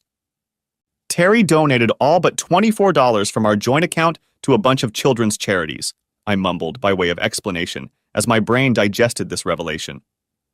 Really? Replied Janice, giggling. That's not funny. That account had 6 months' worth of bills on it, angrily exclaimed I. But you have to give him credit for style, said Janice with a slight chuckle. And what does that mean? I asked, growing increasingly angry. Didn't she realize the predicament this put me in? At least half of that money was mine. You denied him the one thing he always wanted, children. So in his final act of defiance, he gave your money to children's charities, knowing how much you don't want children of your own, Janice replied, shrugging her shoulders and ignoring my outburst of anger. I don't want kids. I just never wanted them, I objected sharply. Oh, please, Helen. I'm not stupid. I've seen the way you've behaved with our children. Why do you think they eventually left you alone? In fact, I don't think I've ever seen you with a baby in your arms. It was always obvious to us that you didn't like children. I just never wanted to have any of my own. After all, it's my body, I continued smugly. Yes, it is. And Terry respected that, although I'm sure you told him that after the wedding. She sighed and set her cup aside. I wish you'd respected it as much, don't you? That's not true. I respected and loved him, I protested, but it sounded weak, even to me. Really? If that's true, I'd hate to see what you'd do if you didn't love him, Janice remarked. In fact, I can't help but notice how stoic you are about his suicide. That hit a nerve. What was I supposed to do? I'm the one left alone. I'm the one with responsibilities. I have to pick up the pieces and move on. If I break, it won't change anything, I said, feeling more than annoyed. No, it won't change it, but it might help you deal with his death. But you've never shown much emotion, have you? As far as I can remember, you didn't shed a tear when your father died. A long, awkward pause followed. Then Janice said quietly, looking me in the eye, That means you're either holding it all in and are a potential time bomb, or you're a functional psychopath and dangerous. Before I could respond, she added, Or you're just numb, deeply numb, for whatever reason, and sooner or later it's going to come out. Emotions have never been my strong suit. You know that, I replied softly, sternly pushing away the uncomfortable feelings. Yeah, I know. So what now? Asked Janice after a few more minutes of awkward silence. I guess I have no choice but to move on, do I? I asked, letting the bitterness seep into my tone. No, you don't have a choice, Janice replied. But Richard and I will be there for you if you need us. We may not approve of your choice, but you are our family, and we still care about you. Thank you, Janice. I appreciate it, I replied, suddenly feeling genuinely grateful that my older sister still had some feelings for me, even if she didn't think I deserved them. We spent the next hour making small talk, which helped me ignore all the anxiety and feel a little better. Richard's on his way home, Janice said, glancing at the text message that had just popped up on her phone. Would you like to stay for dinner? I'm afraid it'll just be leftovers. Your leftovers are always good, I told her. I'd love to stay. We had a nice dinner and talked about everything but the 800-pound gorilla in the room, which was fine with me. Richard wasn't as talkative as usual, but at least he showed some mild empathy. When he first entered the house, he nodded at me and cast a quick glance at Janice. They exchanged a quick series of barely perceptible nods, fleeting eyebrow raises, and almost imperceptible shrugs. Deep, married communication. I looked away to hide my expression and wondered when Terry and I had lost it and buried it deeply. Silly musings wouldn't get my money back or pay the bills. We moved on to the main course, lasagna. Janice was so used to cooking for the whole family that she always made way more than they could eat. Then she brought out an apple pie that she had baked herself. I had always enjoyed her pies, so I graciously accepted a healthy slice. We ended the evening with a small glass of wine and light conversation. Realizing it was time for me to leave, I thanked Janice for the treat and headed for the door. Janice stopped me and put her arm around my shoulders. We really love you, Helen, she whispered, hugging me tightly. Thank you, I whispered, caught off guard. I love you too. If you need anything, just give me a call, Richard added quietly. Thanks, I told him. We said our goodbyes and drove back to the hotel. Back in my room, I turned on the TV for background noise, changed into my nightgown, and plopped down on the bed. My eyes were fixed on the TV, but in my head I was reviewing my conversation with Janice. As I pondered her words, I realized that she was right. About everything. Was I really as indifferent and unemotional a selfish bitch as she had made me out to be? Yes, I heard Terry answer, forcing myself to turn around in surprise at the voice. He was leaning against the wall and looking down at me. Why are you here? I asked, perplexed. It's simple. You fell asleep, he said with a slight chuckle. Fell asleep? I didn't remember that. The last thing I remembered was hearing someone's conversation on the TV. When had I fallen asleep? Are you going to haunt me in every dream? I asked, with a cold feeling in my stomach. I wouldn't last long if I was afraid to fall asleep. That's the plan, he replied with a crooked smile, made even more crooked by the exposed parts of his skull. So you really think I'm an uncaring, emotionless, selfish bitch? I replied, going on the offensive with more boldness than I actually felt. Yes, Terry replied, not the least bit embarrassed. It's obvious by your actions. Take a look, he added, nodding toward the television. Surprised, I looked at the TV and saw what looked like a movie of my life, or at least parts of it. After a few minutes, I felt tears about to stream down my face as I watched scenes from our wedding. We both looked so young and vibrant, full of love and happiness. As the movie went on, I saw changes, mostly in me, I reluctantly admitted. Terry was always there for me, providing support when I needed it. He worked so hard in those early years so I could finish school. We saved money, often eating hamburgers that Terry cooked on an old gas stove in the tiny apartment we shared. We didn't have much in those days, but we didn't care. We had each other, and that was all that mattered. Right after graduation, I was hired, and things started to change. We saved enough money for a down payment on a house, and bought it when the market was still good. We lived frugally for a few more years, but things gradually got better. As my career took off, I realized that the kids were only holding me back. I tried to turn away and couldn't. I was told right to my face how self-centered I had become. Over time, I stopped noticing Terry's work, brushed aside his worries and concerns. And as for his personal dreams and needs, I stopped listening. From the beginning, I didn't really want to get pregnant, but I kept it from Terry. It was a conscious decision on my part. I could see it in my face and remembered the logic behind it well. When he started talking about kids, I kept putting it off, using my career as an excuse. You should have been honest from the beginning that you didn't want kids, Terry said from somewhere out of the corner of his eye, in such an emotionless tone that gave me goosebumps. You knew I wanted kids, he growled as we watched the movie. I'm sorry, I stammered as the movie went on. As my married life unfolded before my eyes, I could almost see a real wall growing between us brick by brick over time. Terry was always supportive of me, putting my desires before his own. At the same time, I could see that I was losing respect for him. When I looked at my bank statement and saw that one of my deposits exceeded his entire monthly salary, everything went to shit. He was making good money, but I was making more. The fact that he and I were living better on both of our salaries, not just mine, didn't matter to me. What was mine, and what was his was mine. That was the motto I lived by.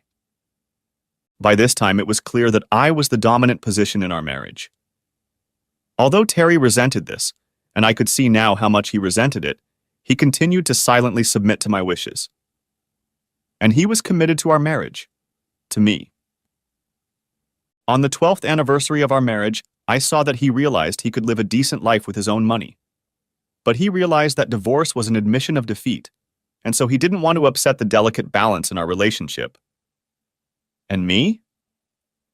Well, let's just say I reveled in my seniority in the marriage. That's probably one of the reasons I started hitting on Ray. By the time the physical affair began, I realized I didn't have an ounce of respect left for my husband. Yes, that's right, Terry grumbled. Then I realized it was a belated response to my apology. Where was this Terry when I needed him? Maybe if he'd been rude to me before I left last Friday, I wouldn't have done what I did. Last Friday. Had it really only been 3 days? It seemed to me that much more time had passed. The next thing I knew, the alarm clock started beeping. I rolled over onto my back and turned it off. I looked with cloudy eyes at the wall where Terry was standing, but he wasn't there. Was it just a dream? Or was it something else? Was Terry right, and was I going to be haunted all the time? I crawled out of bed, did my business, showered, and brushed my teeth. I almost didn't recognize the old woman's face in the mirror. I looked like shit. And I felt like shit. In the time I'd spent in bed last night, I should have felt rested, but my dead batteries were more energized. I packed up, went downstairs, had breakfast, and then checked out. The house smelled better than yesterday, but it still resembled a crypt. The bedroom resembled a refrigerator, and when I walked past the couch, it was like walking past an open freezer. At the thought of sitting on it, I shuddered even more. I had no idea what Terry would do. Would he be able to do anything other than fill my sleep with nightmares? Was that what I wanted to find out? I paced around the apartment, taking inventory of Terry's things. Then it hit me. I needed to talk to Jerry Smith, a certified estate planner at our firm. I realized he'd probably tear me apart for letting the bank know about Terry's death, but I wasn't too concerned. "I kept wondering when you'd call," he said, picking up the phone.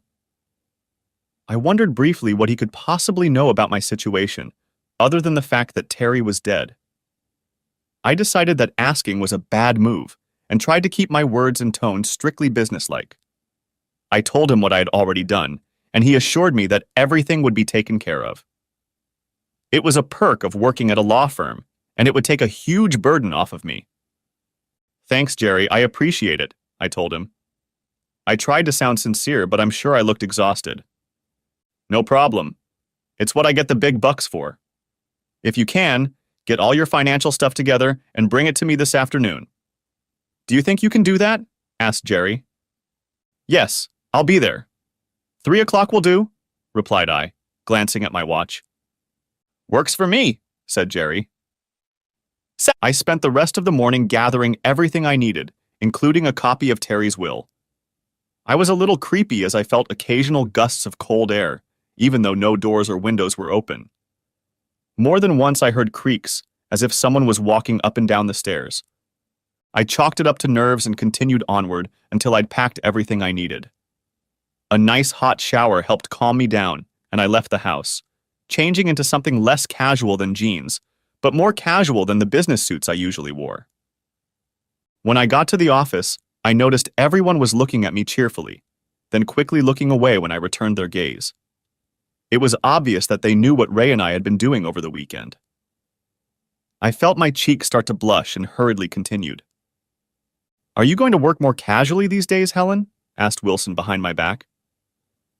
I turned and saw that he was smiling, but the smile didn't seem to touch his eyes, which were restrained. "I came to see Jerry about Terry's latest arrangements," I told him, a little defensively. "It's the most sensible thing you've done since Friday," he replied in an even tone. "When you're done, would you mind coming into my office for a few minutes?" "Sure," I said, suddenly nervous about the state of my career. He was an old-fashioned gentleman, but he was the managing partner, and I recognized an order when I heard one. I finally reached Jerry's office, and he waved me over with a somewhat forced smile. We shook hands, and he offered me a cup of coffee as I sat down. Taking a sip, I pulled out my papers and held them out to him. We discussed things while he looked over what I gave him. "Everything seems to be in order," Jerry said, as he looked over my papers. "I'll take care of everything from here. Is there anything else you need?" "Yes. I need to amend my will and trust," I told him. "That makes sense," he said, pulling out my folder. "I see that your husband has been named as a beneficiary. He's also listed as executor on your trust and your medical power of attorney." "I'd like my sister Janice Hopkins to be named instead," I told him. "And I want to give her power of attorney, just in case." "Very well. Just write it all in pencil and initial it. You know what to do. I'll make the changes. It won't take more than a day or so." "Thanks, Jerry," I said, before we ended our meeting. From there, I walked to Wilson's office. His secretary waved me in, and I couldn't help but notice the caustic look she bestowed upon me, as if I were a large dung beetle spreading its nuisance around the office in front of me. "Helen, come inside. Have a seat," Wilson said with a pleasant smile. "How are you holding up?" he asked when I sat down. "It's been a challenge," I replied cautiously. "It sounds like you didn't sleep very well," Wilson remarked with concern on his face. "It wasn't easy," I admitted. I hesitated to tell him about my dreams, if they were dreams. Wilson nodded before continuing. "You're probably wondering why I asked to meet with you," he said. "The senior partners aren't happy. Your husband has sent out emails to virtually everyone in the firm. And it's probably hopelessly optimistic to assume that this information hasn't leaked outside the firm by now, or won't soon. Needless to say, your, credibility, shall we say, personal and professional, has taken a hit. The only reason you haven't been fired is the fact that up until now, your record with this firm over the past 20 years has been exemplary." I considered Wilson's words and, more importantly, what he didn't say, but his look practically screamed, and made a decision I hoped I wouldn't regret. "Maybe I should tender my resignation," I said quietly, feeling knots in my stomach. Wilson said nothing for a few moments, pretending to mull over my suggestion. At least he had the decency not to jump on it right away. He nodded before answering, and I realized I'd gotten his body language right. "As much as I'd like to lose you, Helen, I think it's for the best. However, given your length of service, your spotless record up until this weekend, and your willingness to take responsibility for your actions, I think the partners will agree to keep you on the payroll until the end of the month. That will give you time to deal with your husband's latest endeavors. No pun intended, of course. We'll put together a reasonable severance package that I think you can live with. You're smart, driven, and one of the best lawyers I've seen. I'm sure you'll get back on your feet." "Thank you, Mr. Bledsoe. I appreciate it," I said quietly. It felt a little surreal, like I was reading lines for a radio melodrama. "Sure, you might want to consider a change of scenery. Have you ever been to Boise?" he asked in a completely neutral tone. "In Boise? In Idaho?" "No, I haven't." "Why?" I asked, shocked by what I took as a sudden and unexpected turn in the conversation. "An old high school buddy of mine is the managing partner of one of the firms there. He's looking for someone with your experience and abilities. If you like, I can give him your name." "Sure," I replied with some hesitation. "Good. Great. I'll let him know." "Here's his card," Wilson said, holding out the card to me. I glanced at it briefly and then put it in my purse. Sure, I could call Ray, but part of me wanted to never have anything to do with him again. I fought down my morbid curiosity. "Can I ask about Ray? What's going to happen to him?" He looked at me very thoughtfully for an awkwardly long moment, and then seemed to come to a decision. "As you know, Helen, I can't go into details, privacy considerations and so on. Let's just say that Mr. Bland has exhausted any stores of goodwill he may have had left from the senior partners. You may not know this, but you're not the first associate whose marriage he's ruined. That's why he was transferred to this office after his divorce. His ex-wife caught him with a paralegal. It was, acrimonious divorce, to say the least."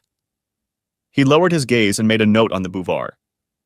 "The lawsuit required us to keep him employed and pay a rather generous alimony." He muttered the last very quietly, as if he was pondering, and it leaked out. "I didn't know any of that," I said quietly, stunned.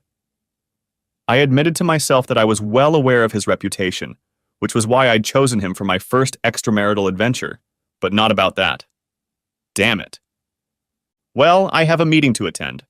I'm truly sorry for your loss, Helen, and I'm sure I'll see you again before you leave," Wilson said as he stood up, signaling to me that the meeting was over. "I'll be back," I said. "I still have some papers to sign. Thank you for everything," I added as we shook hands. Fighting back tears, I hurried out of the office, avoiding socializing with the others who I was sure were watching me leave. Getting into my car, I burst into tears. I loved this job and loved working with everyone here. Worse, I had worked here for over 2 decades. The thought of leaving too, Boise. Made me feel like I was exiled to Siberia for my sins. Eventually, I calmed down enough to drive, but it still wasn't easy because the tears wouldn't stop. Because of my blurred vision, I almost got into a couple of accidents. I finally made it home and sat on the couch, burying my face in my hands and sobbing uncontrollably over the loss of my favorite job. I cried until I heard a sharp knock in the living room. Surprised, I looked around, not realizing what had happened. And then I saw this. A 5x7 framed photo from our wedding was lying face down on the nightstand where it had been for years. Goosebumps ran through my body. Startled, I picked up the photograph and saw that the glass was shattered, as if it had been hit with a fist. The sensation was like a storm cloud passing over my head. I almost threw up when I realized how horribly my gut twisted, that I was crying more over the loss of my job than the loss of my husband. Frightened, I threw the shattered photo on the couch and looked around to see if anything else had moved. I couldn't explain how that picture had suddenly fallen on my face, and with such force. Then it hit me. It had to be Terry's doing. In an instant, I went from frightened to angry, from horror to rage. "Leave me! One!" I screamed into the empty room. "You're dying! Go away! Stop messing with me, damn it!" Suddenly, the temperature dropped and the room became darker. I almost expected to see objects flying off the walls, and I thought I heard maniacal laughter coming from the stairs. There was no way in hell I could be alone in this house. I grabbed my phone and called Janice in a frenzy. "Hey, sis, what's up?" She answered in a cheerful voice. "Not great. Can I spend the night with you guys? Please?" I pleaded, my voice shaking. Her tone instantly turned concerned. "Of course you can. We'll have the guest room ready for you. Is everything okay?" she asked. "No, it's not all right. I'll tell you when I get there." "Thank you," said I. We finished talking, and I ran upstairs to pack my overnight bag, again. I threw things into my bag as fast as I could, not caring to pack them neatly. I had to get out of this place before Terry did something else. I made my way down the stairs, holding tightly to the banister with my hand so I wouldn't fall. I was sure Terry would push me down the stairs if I wasn't careful. Then I ran to the garage, threw my stuff in the car, and drove away.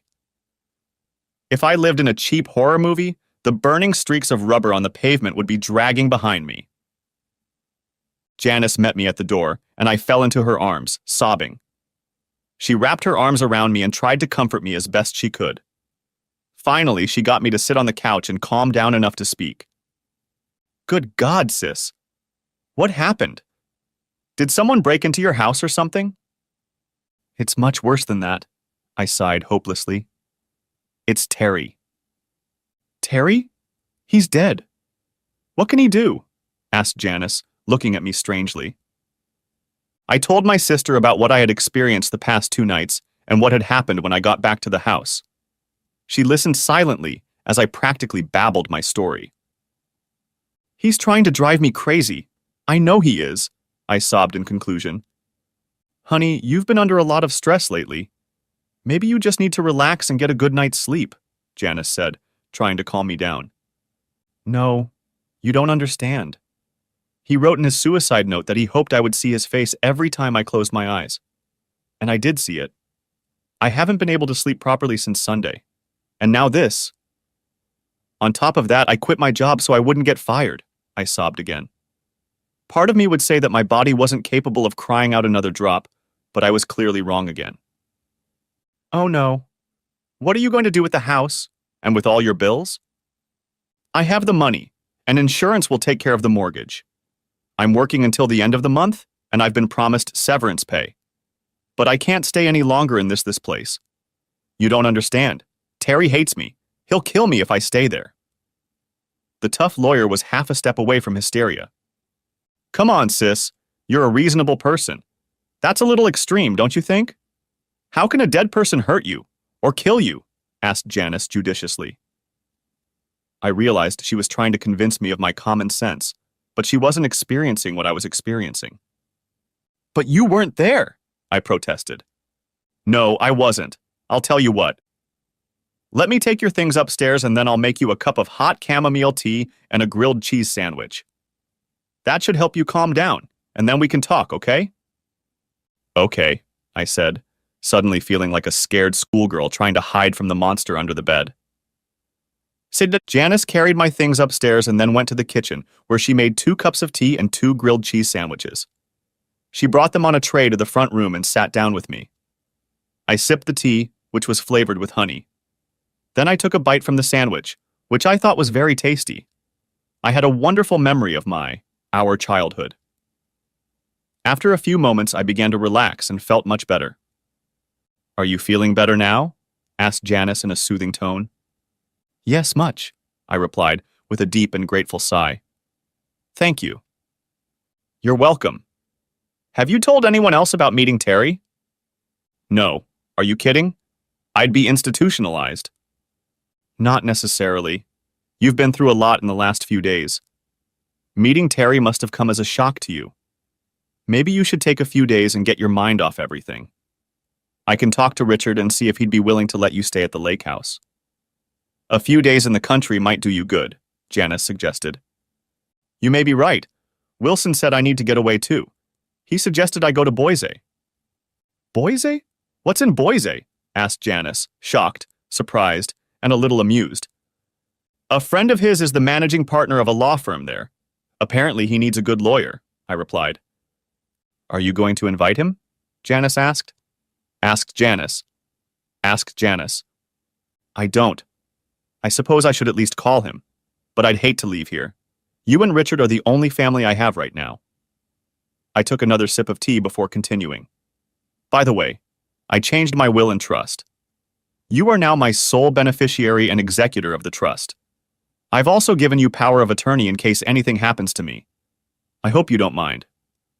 No, of course not, Janice said. But you're a young woman. I suspect you'll be around for a long time to come. I hope so. Still, I like to be prepared, I said. We ate and drank in silence for a couple minutes. I really messed up, didn't I? In almost a whisper, I asked. You haven't exactly been helping your case lately? Janice admitted diplomatically. I guess I just wanted to have my cake and eat it too, I remarked wryly. And look what it cost you, Janice said quietly. She didn't need to say it. I already knew what my greedy lust had cost me. My husband of 24 years is dead, my career is almost over, and I can't even get a good night's sleep. All because I'd heard the juicy office gossip among my single and divorced coworkers and convinced myself that I simply must spend time with Ray Bland. Yeah, I sighed sadly. But it's too late to cry over spilled milk, like Mom used to tell us. You need to pull yourself together, sis. You're right, I told her. Yeah, maybe I'll take you up on your offer and get my mind right again. Right now, I just need to get some sleep. Suddenly, I broke out into a huge yawn that made my jaw ache. The tea had done its job, and I felt my eyelids getting heavy fast. Let's carry you upstairs, Janice said, before you doze off here on the couch. She helped me up and led me up the stairs to their guest room. The blankets were already down, and I barely had time to slip into my nightgown.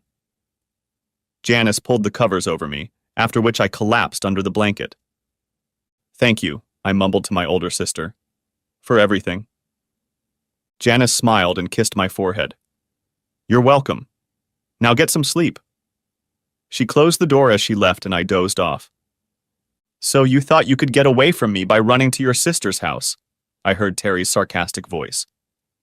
When I looked around, I saw that the bedroom was filled with a thick gray mist that looked like a curling cloud. Terry stepped out of the closet, skull fragments sprinkled on top of him. Why are you here? Why can't you leave me alone? I asked in desperation. Leave you alone? Ha! I'll never leave you alone, bitch, Terry growled, his disfigured face contorted into an even uglier mask. You were the one in the house, weren't you? I asked. With the picture. Yes, it took me a lot of effort to make it, but now that I know I can do it, I'll do it more often, Terry grinned. Please, can't you just leave me alone? You're dead. You have to move on, I pleaded. Yes, I am dead, But whose fault is that, huh? You pulled the trigger. I didn't make you do it, I replied. Yeah, I pulled the trigger. It was either me or your boyfriend, but he was too much of a coward to get out of the car, Terry snapped back. You were going to destroy Ray? I was horrified. My Terry, my soft, pliable, compliant Terry, had turned into a potential murderer? You would destroy me? I thought about it.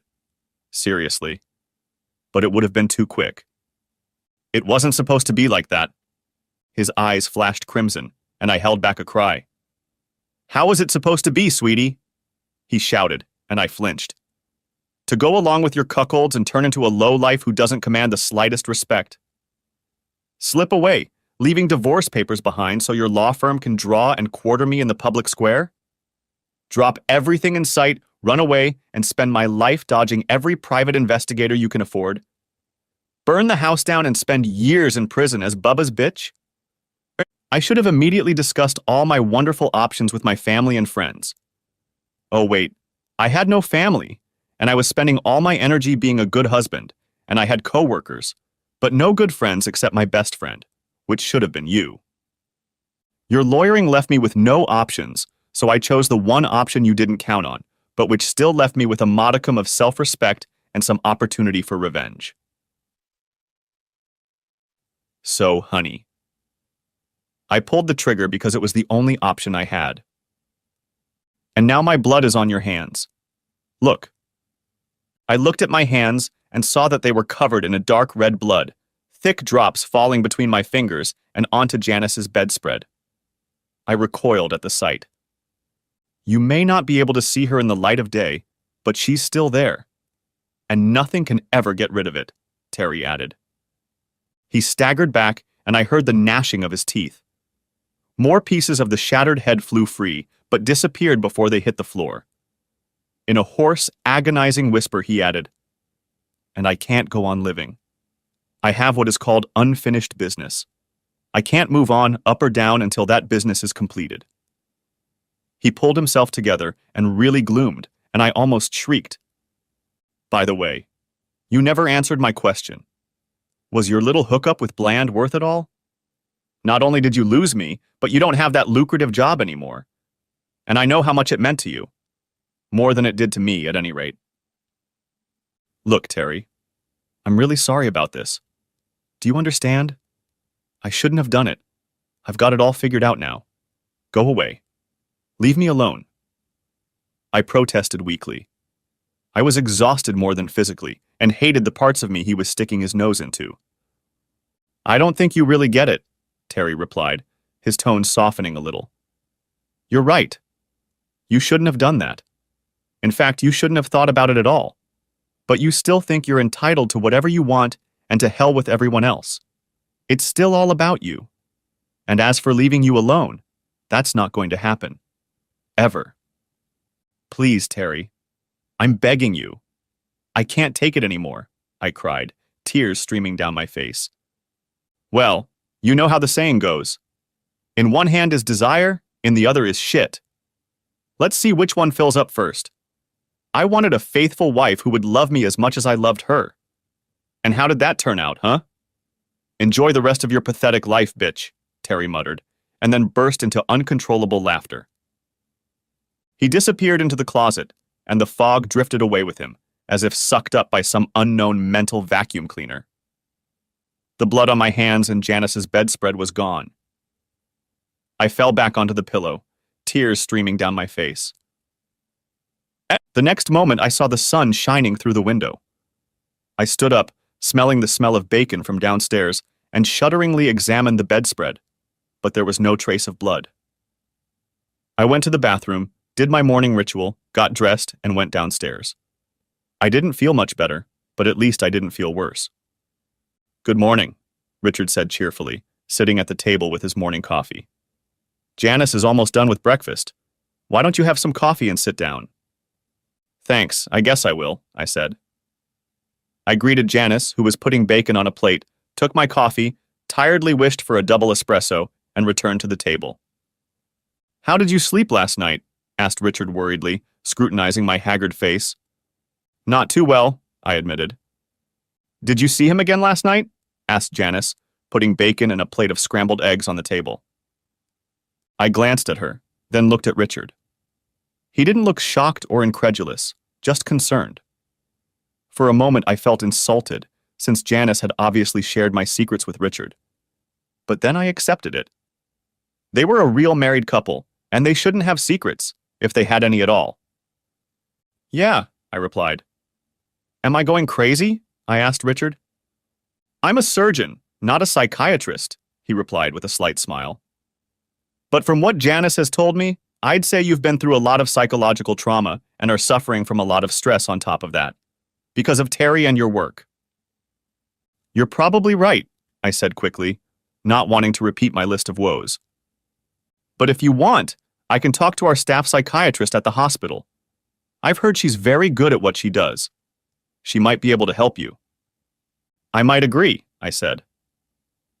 We each grabbed some scrambled eggs and bacon and started eating.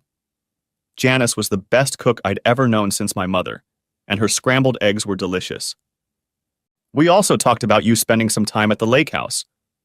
We don't mind you staying there for a few days if you want to. It will help you calm down a bit, Richard said. That would be nice, I said. I knew from experience that the medical examiner probably wouldn't release Terry's body until the end of the week, and I still had 3 more weeks before I was officially dismissed.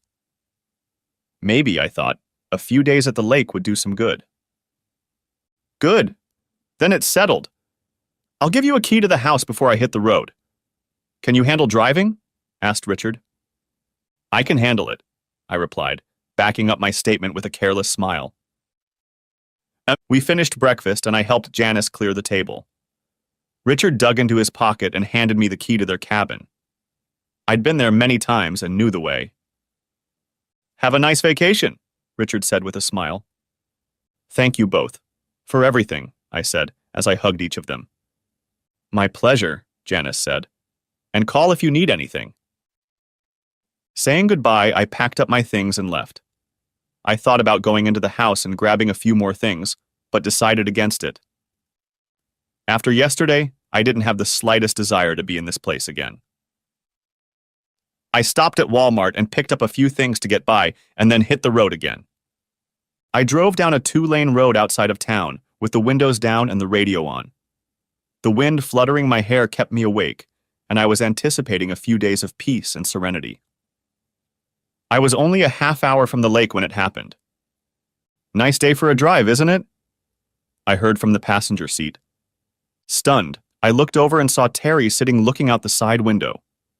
I could clearly see the exit wound in his head, and sunlight was shining through the remains of his skull. What are you doing here? I almost shouted. You fell asleep at the wheel. Not very safe, Terry said, looking at me. In fact, you better watch the road before you get to the intersection. Suddenly, my whole world shattered as a huge 18-wheeler truck slammed into my door. The impact sent the car spinning, and I was hit a second time by a truck traveling in the oncoming lane. My car ended up in the ditch, upside down, and I was sandwiched between the airbags that had deployed. I'll see you later, Terry said before I passed out. Epilogue, 25 years later. Hello, Mrs. Hopkins, the cheerful receptionist said as Janice signed in the guest book. Hello, Amy, Janice replied. How is Miss Baker doing today? She asked April Callahan, the head nurse of Helen's unit, who appeared at the counter. Janice had made this trip every week for the past 25 years, and the nurse knew she was coming. It's all the same. She just sits in her wheelchair, watching TV or looking out the window. The nights still seem to be the hardest for her. She insists she sees her dead husband in her dreams, April said sadly. Janice knew this, but she also knew that over the years Helen had managed to come to terms with it, and Terry's nightly visits no longer horrified her as much as they used to. It's true that a strange thing happened the other day, April added as they walked down the hallway to Helen's room. What exactly? Asked Janice. If I hadn't seen it myself, I never would have believed it, April began. You know she has a picture of her with her husband that is on the dresser in her room? Yes, I know that picture. It was taken on their wedding day, Janice said, with a note of nostalgic sadness. I was in her room, feeding her lunch, when the picture suddenly fell forward, face down. It just didn't fall. It fell with enough force to break the glass, April said. I almost jumped out of my skin when it happened. Maybe there was a draft? Janice suggested cautiously, feeling a chill on her skin. No, all the windows were closed and none of the fans were running, April replied definitively. That's odd, Janice said indifferently. She remembered the day Helen had said the same thing had happened at her house. It had been the day before the accident, after which she had slipped into a coma. She had recovered, but the damage from the accident had made her a quadriplegic. There was no way Helen was going to make it, and April was with her when it happened. She complained several times about something moving in her room, but I always thought it was someone on the staff moving things around while cleaning. I've never observed it myself. But the strangest thing was Helen's reaction, April continued. Oh? Asked Janice. Yes. She just smiled, looked at me and said, He's still mad at me. Does that make sense to you? Asked April. Oddly enough, it does, replied Janice with a fleeting sad smile. I'll tell you about it someday. I can't wait to hear the story, April replied. Anyway, I have to make my rounds, but I know the front desk wants to talk to you about her benefits before you leave. I'll talk to you later. Okay, Janice said. She reached her sister's room and looked at the frail 71-year-old woman sitting in her wheelchair, staring out the window. She remembered the day of the accident as if it were yesterday. Helen was on her way to the lake house when she was hit by an 18-wheeler truck and then another truck traveling in the opposite direction. According to the police report, Helen apparently fell asleep at the wheel and ran a red light. Officers said Helen had to be extracted from the car using the jaws of life and was lucky to be alive as the cab slowly filled with water from the blocked ditch, and the unconscious Helen just avoided drowning. She and Richard blamed themselves for a long time. Knowing she was so tired, they should have driven her to the cabin. The police report clearly stated that it was her own fault for not stopping at the traffic light, so the trucking company was beyond suspicion. Fortunately, she was still enrolled in her law firm's health plan, which covered her hospital expenses. But the benefits available to her didn't cover all of her long-term care costs, and Janice, now acting under Helen's power of attorney, used all of her sister's funds, including her 401k and Terry's 401k, as well as the insurance Helen had gotten from Terry's firm. Janice also sold Helen's home after paying off the mortgage and used most of the proceeds from the sale to cover her sister's medical and final expenses. Helen was now covered by Medicare, but she still had to pay for medications such as prescriptions. Medical expenses over the past 25 years had almost eaten up what was left of Helen's funds. She realized that if her sister lived much longer, she would likely go to a less comfortable nursing home. Look what I brought you, Janice said, pulling a new Afghan out of a large bag. I just finished it yesterday. It looks so cute, Helen squeaked. Thank you. I thought it would keep you warm at night. I'm sure it will, Helen said, and looked out the window again. Can you keep a secret? She asked. Of course, Janice replied. That weekend I spent with Ray I haven't even told Terry yet, but I've already come to the conclusion that it wasn't worth the cost, Helen said, as a single silver tear rolled down her face. The temperature in the room dropped a few degrees, and the heavy hospital bed rattled quietly. Janice looked fearfully at the bed and then back at her sister. I think he already knows, dear, Janice said quietly. Thanks for watching. I hope you enjoyed it. So subscribe to my channel and watch the next video.